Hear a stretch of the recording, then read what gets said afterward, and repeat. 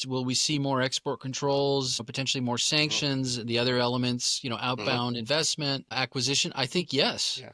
Right. Well, I think we'll continue to see it. Maybe the parties that are executing those things may Mhm. be somewhat surprising, Mhm. Right. but yes, so I think that remains the same. Do we see a need for de-risking and decoupling of strategic supply chains? Absolutely. Yeah. That will continue amongst this greater uncertainty, as you point out. Mhm. Mhm. Will we see reshoring? Will we continue to see reshoring? Yes, yes, we will. Mhm. Now, again, with the Trump 2.0 sort of Mhm. application of tariffs, Mhm. using sort of tariffs as a blunt instrument, Mhm. right, to just try and Mhm. get people to just sort of leapfrog over those tariffs and Mhm. invest and build in the Mhm. US. I don't think tariff, I mean, there's no question that historically tariffs, if used appropriately and intelligently, absolutely create incentive for Mhm. leapfrogging and investment, but they have to be combined with incentives, right? Mhm. There Mhm. have Right. to be, and that's where intelligent industrial policy comes in, right? Where Right. there is money made available, and Yep. of course, there's tax concessions and Right. all kinds of things. So I think what is a little bit different now, at least where we are at this particular time, and it's what, April 2025, and that is that the Trump administration is leaning very heavily on tariffs and hasn't been speaking favorably, for example, about the CHIPS Act. But they're going to have to Yeah. figure that they're going to have to use incentives as well.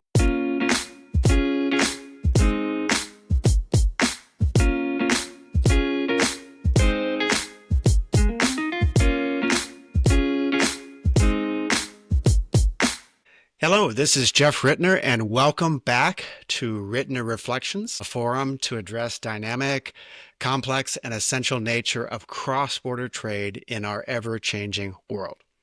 I am really excited today to have Alex Capri join me. Alex is an American writer. He's based in Singapore, where he teaches business at the public policy at the National University of Singapore. Alex just released his new book, Techno-nationalism, at the beginning of the year, and we're going to spend some time unpacking it. Alex, welcome to Rittener Reflections. Thank you, Jeff. It's a pleasure to be here. So I thought, Alex, before we jump into talking about your wonderful book, I wanted to describe to the audience how I know you, how we met, and our first encounter. It was kind of a an interesting time.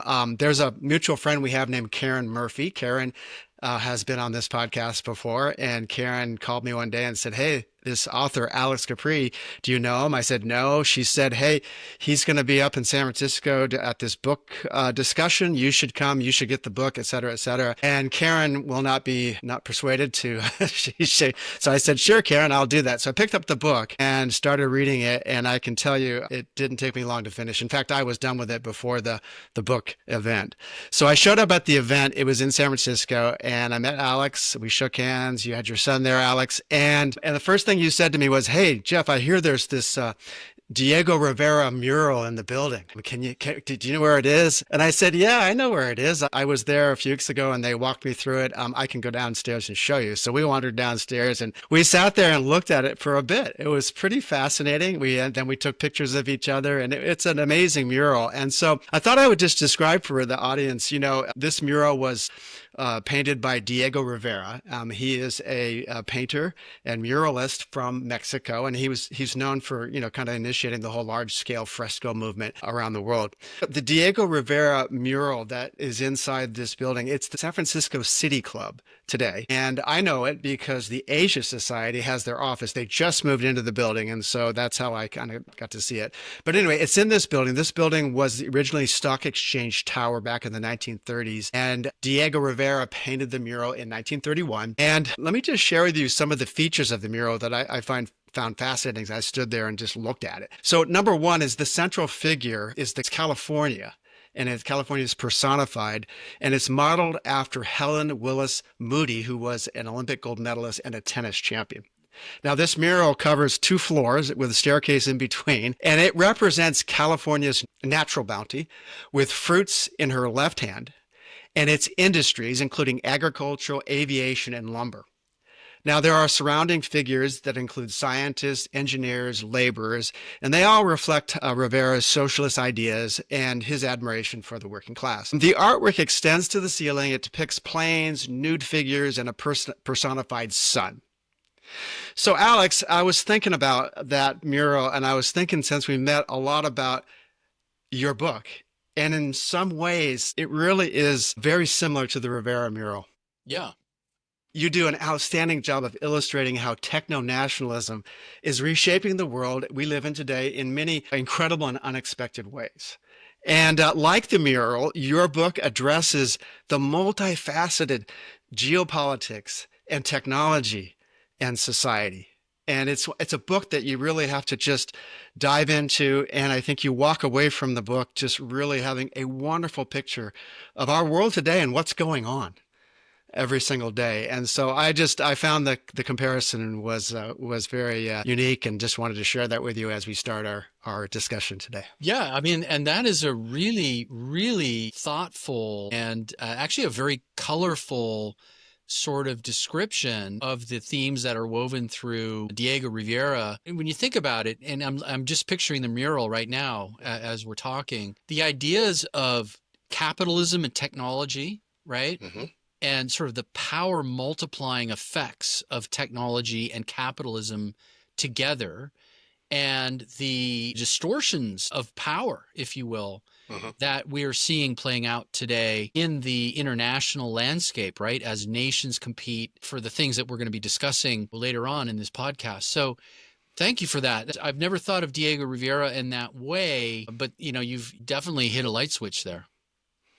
Yeah, well, it was just uncanny when I thought through the similarities. So, the book, as I said, I found it fascinating. In many ways, it described, Alex, just my life over the last 10 years. And so I'm really, really excited to kind of get into this. Maybe to start with, just for the audience's sake, if you could just describe what is techno-nationalism? I mean, how does it differ maybe from just, traditional nationalism or national Yeah. security and so on? Yeah. So we're hearing about all kinds of nationalism now, right? As we go through this historic inflection point, economic nationalism. Obviously, the title of my book is Techno-nationalism. And really what it means is on a national level, a nation state, right? The power elites, the entities that govern particular nation states now are fixated on the linkages that exist between leading edge technology and national security, more broadly on economic strength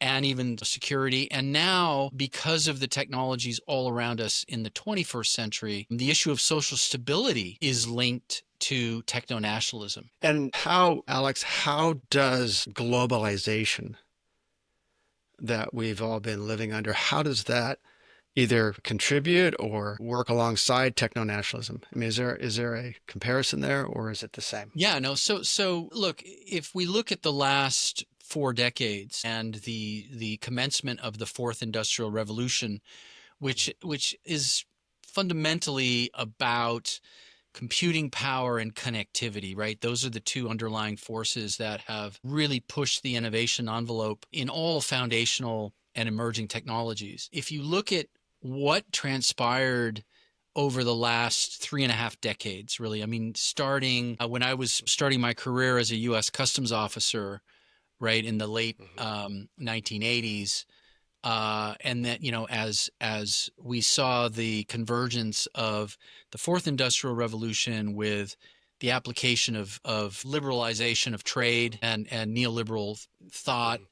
obviously the end of the first Cold War, the emergence of the United States in its so-called unipolar moment, as the single superpower, and then of course China joining the 2001. All of these things converged to create what I describe as the fastest and the largest transfer of wealth in human history. With investment in offshoring taking place, in Asia, mostly in China, and all of this happening again because of technology, right? And technology was lowering barriers to entry. It was allowing for what Richard Baldwin, the trade economist, would describe as an unbundling, right? It was facilitating even more unbundling of global supply chains, right? Where you could you could rationalize those supply chains and you could move very specific operations, very niche oriented operations, pretty much anywhere in the world, right? Where there were favorable conditions that would lead Mhm. to greater efficiencies and so forth. Yep. So all of this stuff happened at once, basically, and suddenly, very, very quickly, and we saw this really come to a head as a sort of Western backlash and a Western paradigm shift occurred regarding China. People realized that technology was where you win or you lose. Geopolitical competition, economic competition, technology is going to determine whether you do have strong defense or whether you are vulnerable. Again, the very rapid increase in connectivity, the power of connectivity, computing power. Now, of course, we see cognitive AI defining techno-nationalism. As all of this happens, we now see techno-nationalism as a very, very central part of the geopolitical landscape. Right. No, I think that's really well put, Alex. And in your book, you talk about technologies. You refer to them as the 12 power multiplier technologies. Can you kind of describe some of those? And if we think about the techno-nationalist policies, are there certain industries that are going to win, and some that will lose, or how do you see that? Well, I think there are the 12 underlying technologies. Those are the core power multiplier technologies because they essentially enable every other kind of foundational industry. So the 12 would be, obviously semiconductors, right? Semiconductors I describe as the ground zero technology because you need semiconductors for virtually any other kind of foundational or leading edge technology. So you have semiconductors, then you have all the different areas or permutations, if you will, of artificial intelligence. So that includes, cognitive AI, that includes, software, that includes large language models, for example, data science, all of that stuff can be lumped under artificial intelligence. There's quantum sciences, of course. There's hypersonic sciences, biotechnology, aerospace. I write a lot in the book, as you know, Jeff, about the new space race, right? Obviously, there's anything to do with communications, advanced materials, advanced manufacturing. These are all really important things. Sensing and timing and navigation type technologies. These are all hugely strategic technologies now for all the reasons we've discussed. And we're going to see more and more action around the core elements of techno-nationalism, which I think are important to discuss when it comes to these 12 power multipliers. So if I may, Mhm. let me just run Yep. through Sure. those elements really quickly. The first is, and your listeners will, of course, recognize a lot of this, and I'm sure a lot of the people listening are grappling with these things in their day to day jobs. But the first is the weaponization of supply chains or value chains. So that that essentially means that a government looks to basically choke off the transfer of a particular technology to other entities. So when we think of supply chain weaponization, of course, we think about export controls, sanctions, but also on the other end, there are restrictions on acquisitions, and then there are also restrictions on outbound flows of capital, for example, right? So I think we'll see more of those types of activities in the months and years ahead.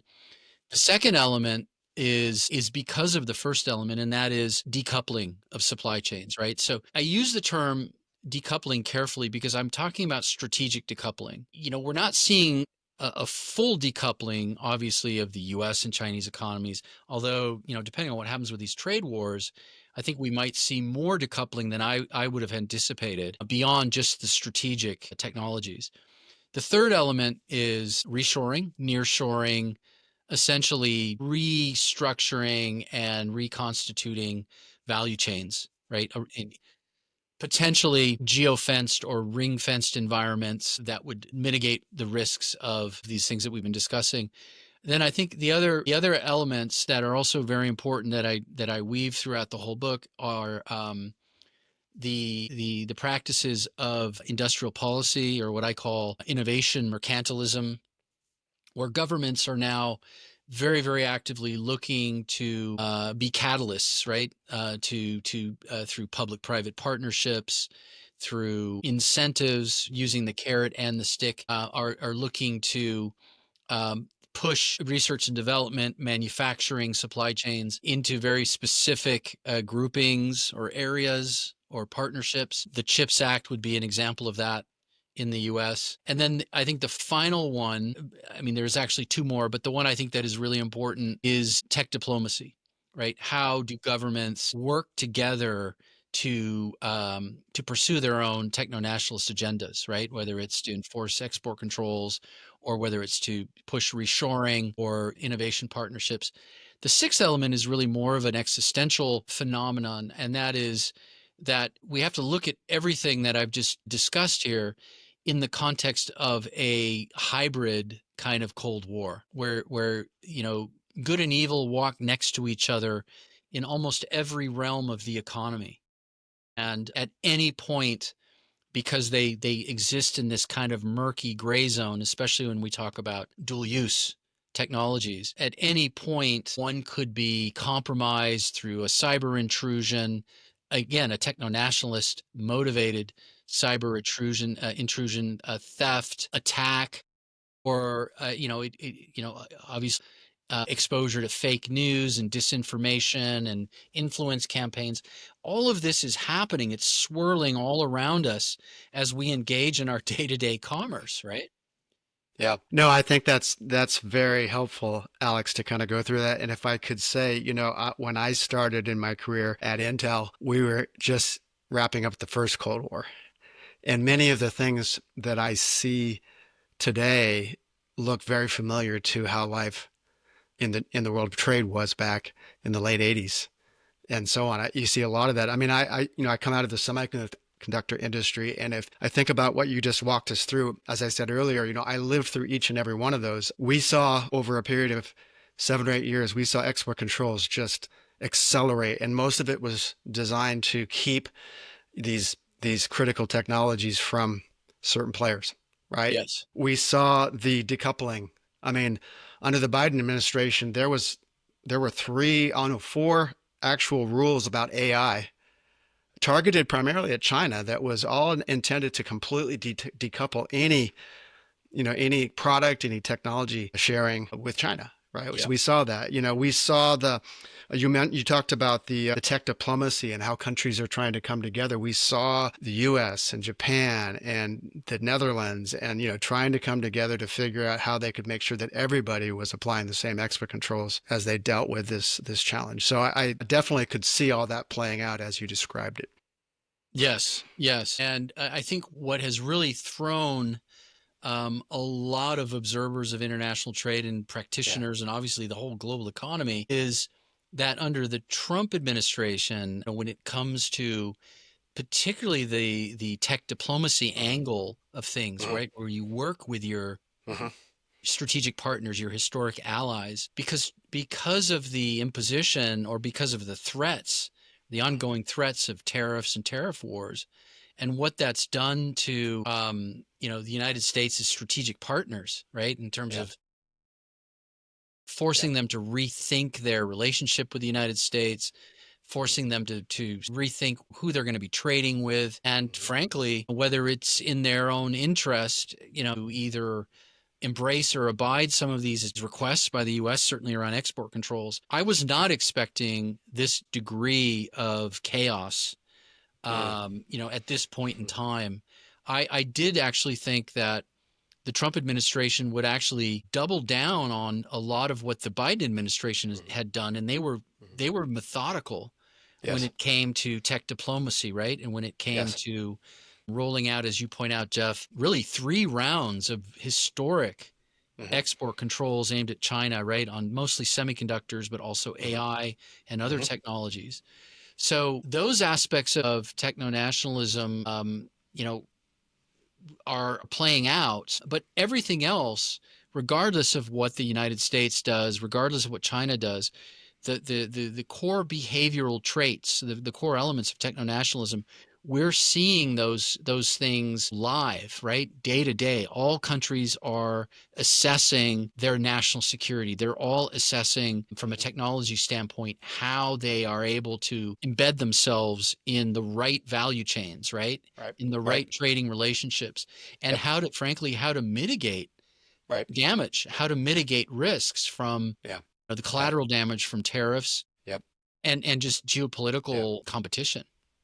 Yeah, and I wonder, Alex, just thinking this through, kind of fast forwarding a little bit, you know, do do you envision a world in which the U.S. stands alone, and you've got all these different countries that have kind of found ways to who they're going to align with and so on? Or do you think that there's a way to achieve some of these objectives and still manage to work Yeah. alongside others? Well, I think the US China competition is Mhm. still sort of at the central of this whole Yeah. geopolitical drama that we're seeing playing out. So Right. to the extent that a country like Japan or South Korea or Hmm. Taiwan has to look after its own techno-nationalist interests, those countries will do so. But I think because of the historic relationship that exists, for example, between China and Japan, South Hmm. Korea and China, et cetera, obviously Right. the Taiwan, mainland China relationship, I do think that those countries will continue to work with the United States, to do their best to work with the United Hmm. States and to cooperate and to seize upon opportunities to work with the U.S. At the same time, um, China as a trading market has been a very important market for them as it has been for American companies. Right. But I do think that we're going to continue to see on the export control front, I do think we'll see the U.S. continuing to roll backwards. In other words, Hmm. to go after less and less advanced technologies, Hmm. whether it's the H20 NVIDIA's H20 chip Hmm. or other strategic technologies. I think we're going to continue to see more and more of that. So those countries, and of course Holland, right, and the Hmm. Netherlands, Hmm. when it comes to Yep. ASML, right, the EUV Hmm. chip maker, and any other countries that happen to be making very strategic technology and happen to be historically intertwined with the U.S., I think they're going to continue to still be fairly closely allied with the U.S. I think where we'll see them look to divert and to maybe even Hmm. decouple from the U.S., I think will be more in other trade related lanes, if you will. Right. But on the topic of export controls, this is what I spent most of my career doing. And when we had the original Cold War, we had COCOM, then Yes. we had Wassenaar, and this was, I think, at one point it was up to 39, excuse me, 39 countries, and everybody agreed that what they would control would be the same. Now, today, if we go to today, it seems like everything is around China, but I'm not sure it's the same situation if that many countries are willing to band together and restrict everything from China. Yeah. Yeah, this is a really interesting question, Jeff. I mean, the thing that I'm hearing a lot now is, look, because the US has just inflicted Hmm. so much self-damage on Hmm. itself and on its strategic partners that this is the golden moment for China, right? Yep. This is the moment for China to step in and present themselves as Hmm. a stable trading partner, as a Right. consistent, predictable actor, and so on. And I think that's true to a certain extent. But I think if you look at China's relationship with the West in Hmm. general, Hmm. and you look at China's relationship with Europe, with the Hmm. European Union, and the other countries that I mentioned, right, in Asia, you could throw in Australia, New Zealand, and we can come back to the Southeast Asian countries a little bit later and talk about Hmm. them. But in terms of China stepping in as a replacement for the US with the Europeans, I'm not sure that that's Hmm. really something that's Hmm. going to happen on a very pervasive, Hmm. a large scale. And a couple of reasons for that. The first is that when it comes to Europe's security and Hmm. defense, and we look at, for example, what's happening with the Ukraine war, right, with Russia, Hmm. Ukraine, Hmm. the fact that China is and has been supplying Russia with technology, right, with information that allows it to sustain its war efforts, if you will, right, in Mhm. Ukraine. The fact that, in a increasingly chaotic world where it's not how the US is going to behave when it Mhm. comes to supporting NATO and actions by NATO. I think the fact that China is seen as a Russia, as a Russian sort of Mhm. facilitator. Mhm. I think we have to be really, really careful about what we talk about when we say, where is the trade going to increase? I think those 12 strategic power multiplier technologies, Mhm. Jeff, whether it's Mhm. Asia, whether it's the United States, I think we're going to see a pretty clear bifurcation of those supply chains and those technology Mhm. stacks between Mhm. Europe, China, America, China, et cetera, Japan, South Korea. Mhm. So that's number one. I think number Mhm. two, and this is more of a trade um, focused kind of analysis, and that is that let's just say that the US keeps tariffs in place. We're at 145% potentially today, or I think they've actually been, those are the tariffs Yes. now, right? So where is, I mean, again, the US, even though it's the world's largest economy, it only makes up for about Mhm. 14, 15% of all sort of imports, exports, right? Global trade. If you throw in services, I'm talking about trading goods, right? If you throw in Mhm. services, it's much higher. But the point there is that China's going to have a lot of excess capacity, right?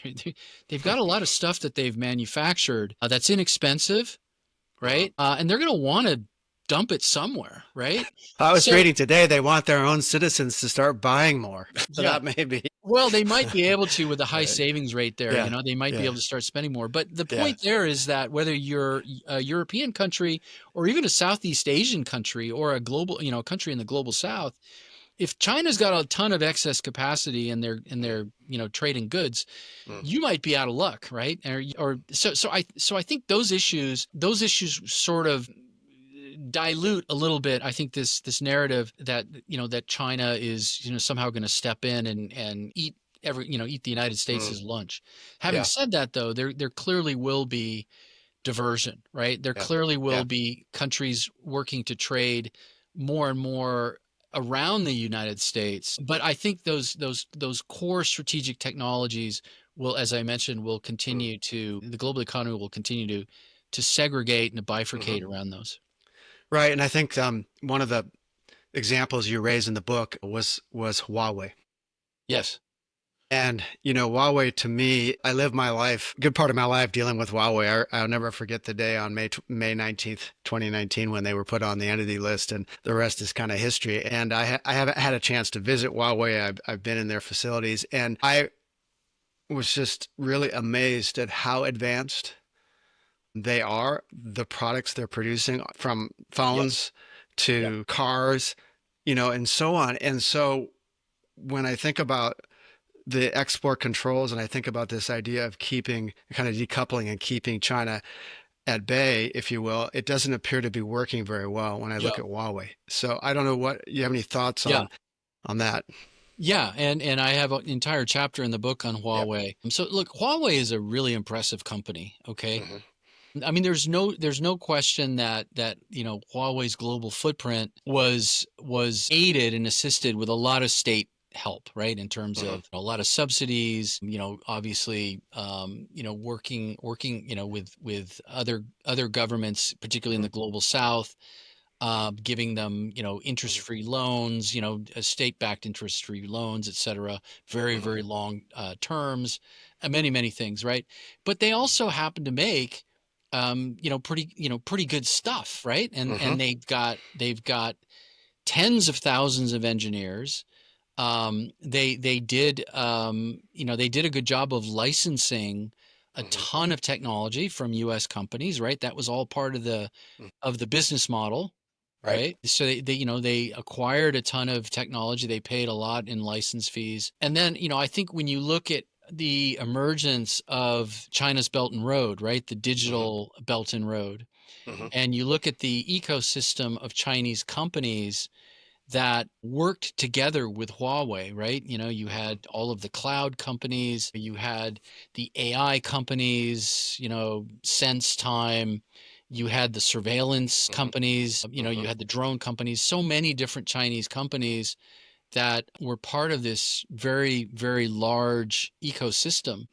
So, Huawei is I think at the heart of Chinese techno-nationalism. I Hmm. argue that they are the most important Hmm. company, the most Hmm. important Chinese company Hmm. from a whether they like it or not, right, from a geopolitical perspective. So, and they're also now, as you know, Jeff, they're very, very centrally Hmm. involved in China's efforts, as it doubles down on Hmm. efforts to build its own Yep. indigenous value chain for chip production, Right. right?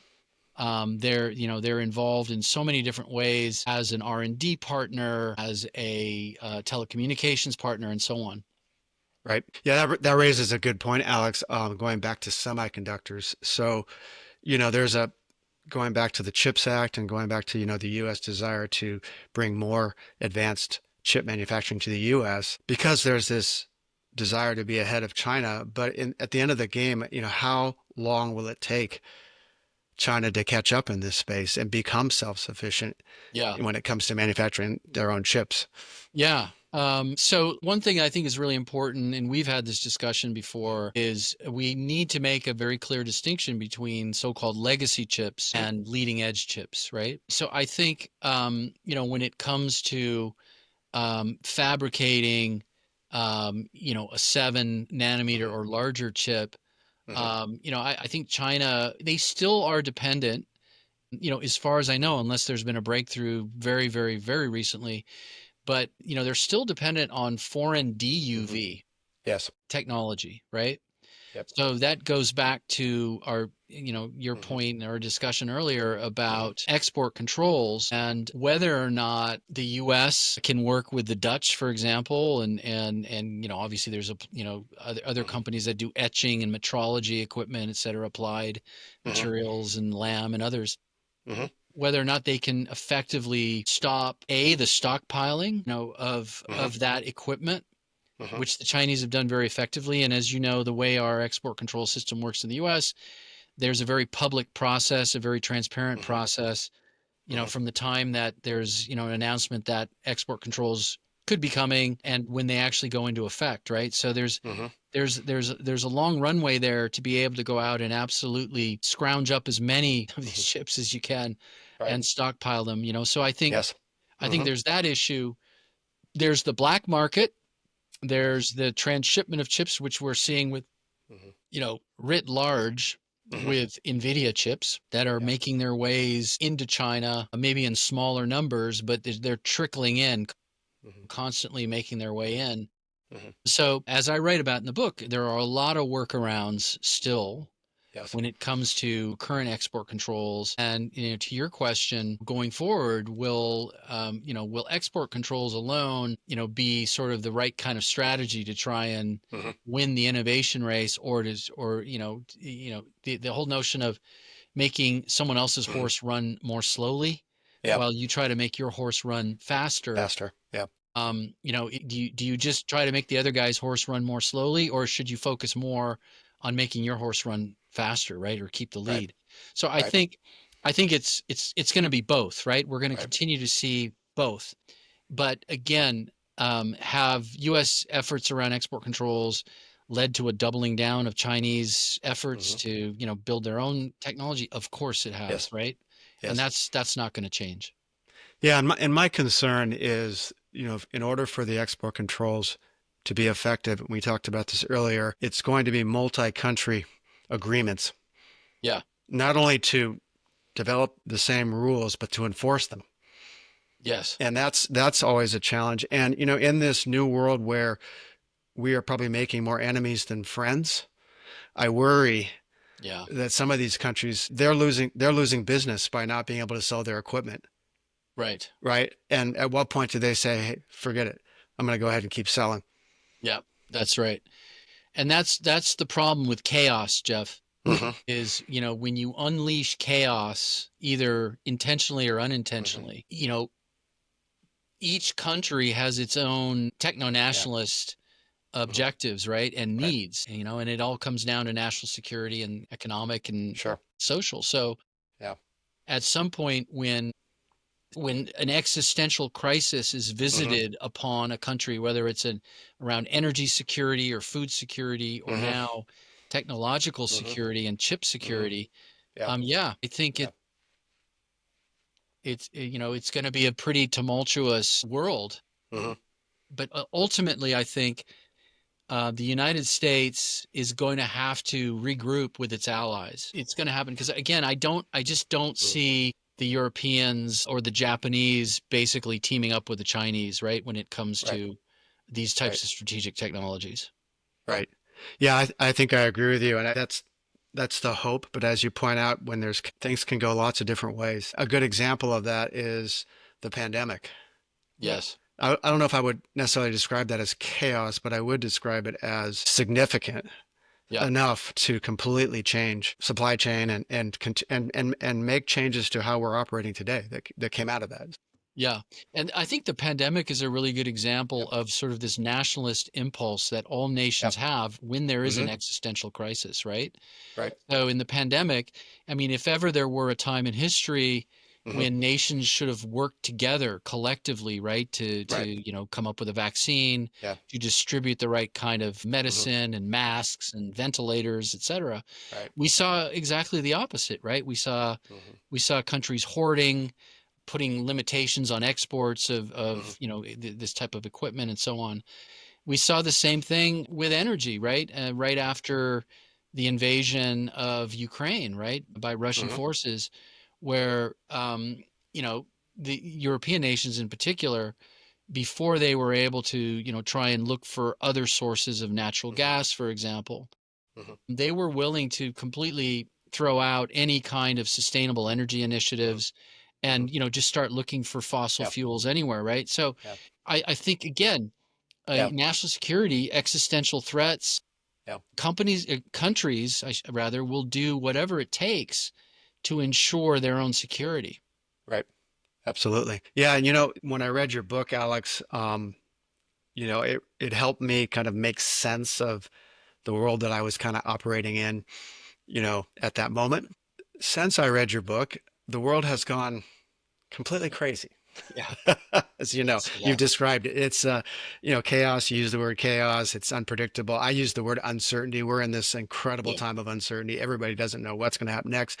So I asked you this question the other day, and I'll ask it here on the podcast is, given where we're going, what we see happening where we're going, do you think any of that changes the points of your book um, at all? If so, in what way? And if not, why? Yeah, well, let's go through the six, right? The six Right. core elements, right? I Hmm. mean, will supply chains continue to be weaponized? Will we see more export controls, potentially more Hmm. sanctions, and the other elements, Hmm. outbound investment, acquisition? I think yes. Yeah. Right. Well, I think we'll continue to see it. Maybe the parties that are executing those things may Hmm. be somewhat Hmm. surprising. Right. But yes, so I think that remains the same. Do we see a need for de-risking and decoupling of strategic supply chains? Absolutely. Yeah. That will continue amongst this greater uncertainty, as you point out. Hmm. Hmm. Will we see reshoring? Will we continue to see reshoring? Yes, yes, we will. Hmm. Now, again, with the Trump 2.0 sort of Hmm. application of tariffs, Hmm. using sort of tariffs as a blunt instrument, Hmm. right, to just try and Hmm. get people to just sort of leapfrog over those tariffs and Hmm. invest and build in the Hmm. US. I don't think tariffs, I mean, there's no question that historically tariffs, if used appropriately and intelligently, absolutely create incentive for Hmm. leapfrogging and investment, but they have to be combined with incentives, right? Hmm. There Hmm. have Right. to be, and that's where intelligent industrial policy comes in, right? Where Right. there is money made available, and Yeah. of course, there's tax concessions and Right. all kinds of things. So I think what is a little bit different now, at least where we are at this particular time, and it's what, April 2025, and that is that the Trump administration is leaning very heavily on tariffs and hasn't been speaking favorably, for example, about the CHIPS Act. But they're going to have to Uh-huh. figure that they're going to have to use incentives as well. Yeah. So yeah, so I Yeah. think that's changed. I think the other area around innovation mercantilism, or Hmm. governments Hmm. are looking to Mhm. push their own industries and sectors. That continues, Mhm. right? Mhm. Certainly tech diplomacy, and this is what I mentioned at the top of our podcast. Mhm. The US, if it wants to successfully prosecute its Mhm. supply chain weaponization and even its Mhm. innovation Mhm. policies, Mhm. it's going to have to make friends. It Right. needs friends, right? It needs Yep. allies. And again, this is painful to watch, right? Right. This is Yep. very hard to watch. Yep. Ease off on the tariffs and, like I said, Mm. work more on the carrot versus the Mm. stick. Mm. I think the other stuff, does the world remain sort of this murky, sort of hybrid Cold War? Yes, absolutely. Right. Do we continue to see major reorganization of the global economy around these Right. tech stacks? Right. Absolutely. Right. Do you think U.S. and China will come to an agreement, a deal, or is that a long shot? Oh boy, I tell you, um, the thing about trade wars, Jeff, is they can escalate so quickly, and Mm. it takes years to unwind these types of things, right? Mhm. If you go back to the Smoot-Hawley tariffs, right? Mhm. And this was in the Sure. 1920s, right? And you look at how they helped precipitate the Great Depression, and how beyond just the tariff wars, you had competitive Yeah. currency devaluations. Mm. You had all kinds of things happening because of this, really Mm. oversimplified trade imbalance kind of rationale, right? To trade. If you think about it, it took the whole post World War II Bretton Woods agreement decades, Mm. decades to unwind those tariffs, right? Because that's, Mm. the GATT Yeah. rounds, Yeah. that was all about unwinding tariffs, right? So, Yep. all I can say to your question about, will they reach a deal? I hope so. And Yeah. I hope that, I hope that they reach a point, and I'm being optimistic with this. Yeah.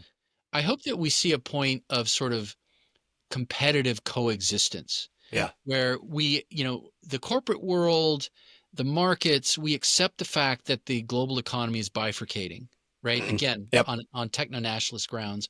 Yep. But there are still other trading lanes out there, Yep. and obviously these supply chains are going to be restructured, and so there are sort of new markets opening Yep. up, new investments happening. Obviously, technology increases productivity.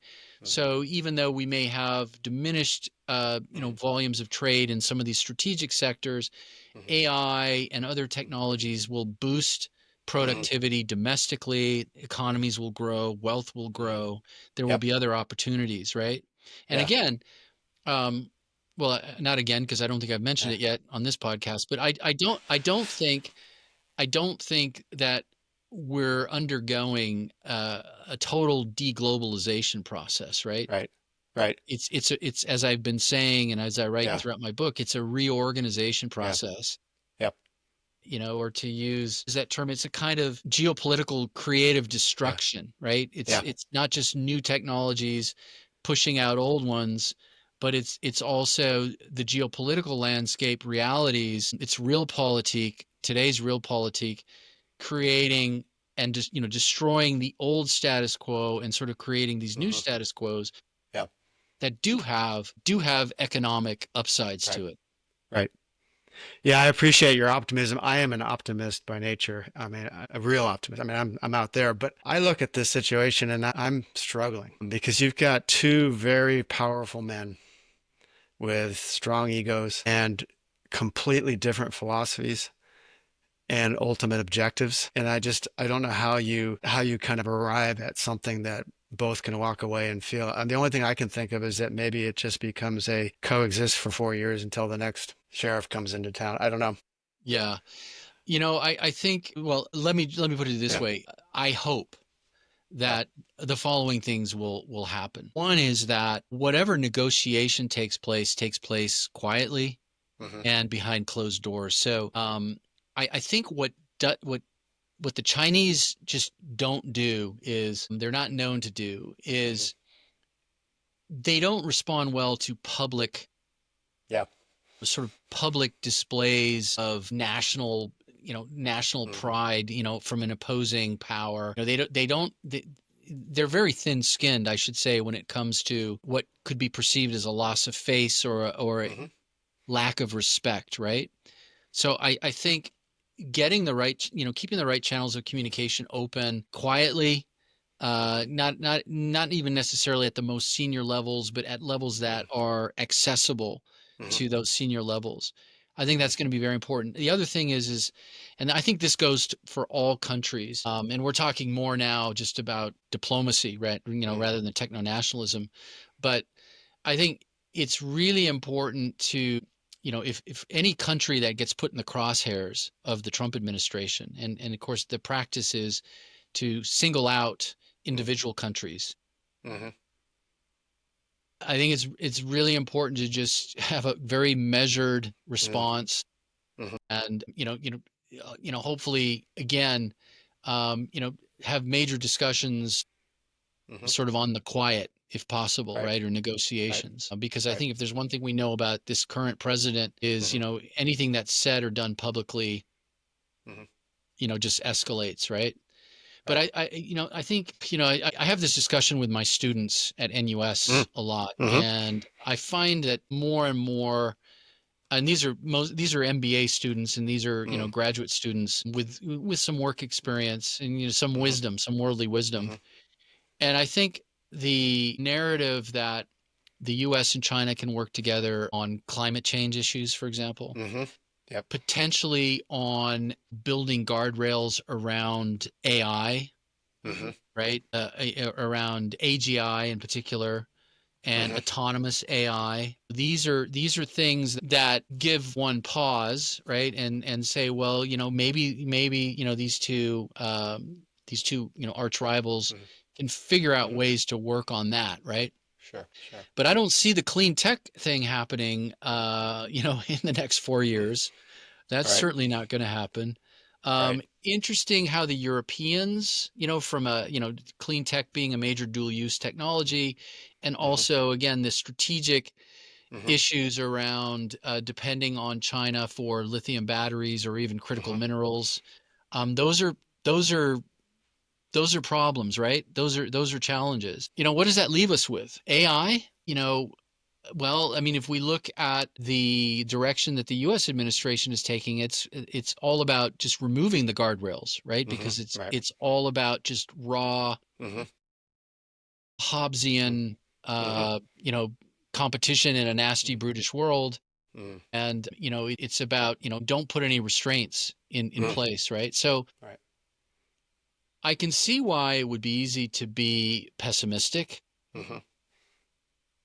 but I'm going to remain. I guess I'm going to try and Optimist. remain optimistic Yep. here. Yep. I'm with you. I'll try as well. Well, Alex, I'm just mindful of the time, and we've been talking for a while here. It's been fascinating. Before we log off, is there any something we didn't get to you wanted to talk about, or is there a key point you wanted to make before we wrap up? I think we covered a lot of ground, Jeff. I think we didn't really talk about DeepSeek, right? And Mm. how Mm. big of a game changer was it or was it not? Mhm. I think I'm still in a wait and see mode there. I Mhm. mean, it clearly Mhm. does bring into focus this sort of the open versus closed Mm. model, you Right. know, for developing technology, and how does that affect techno-nationalism? Mm. I do think that the open model, Mhm. the open source model does lower the barriers to entry Mhm. to a lot of players, particularly if they're able to do it much less expensively, Right. and they can extract the same kind of results, right? The Mhm. power, the Right. AI results. I think though at the end of the day, the whole drama that we've seen around advanced chips Mhm. and the weaponization Mhm. supply chains and all the things that we've been talking about, Mhm. I think that will, until China can actually produce its Mhm. own super advanced chips, I think that's going to remain a major focus, a techno-nationalist focus, I Mhm. think, for quite a while to come. Because at the end of the day, in all those other power multiplier technology areas, super advanced chips are still going to have a really important role to Yep. play. Absolutely. Yep. So I do think that that's an area to watch really closely. So that's a really big thing. That, and Hmm. again, this distinction that I mentioned between when it comes to China, Right. and I write extensively about this in the book, right? I think that's an area to watch. Right. Great. Well, it's been a pleasure once again having a conversation. We had a great conversation last week, and I always enjoy it.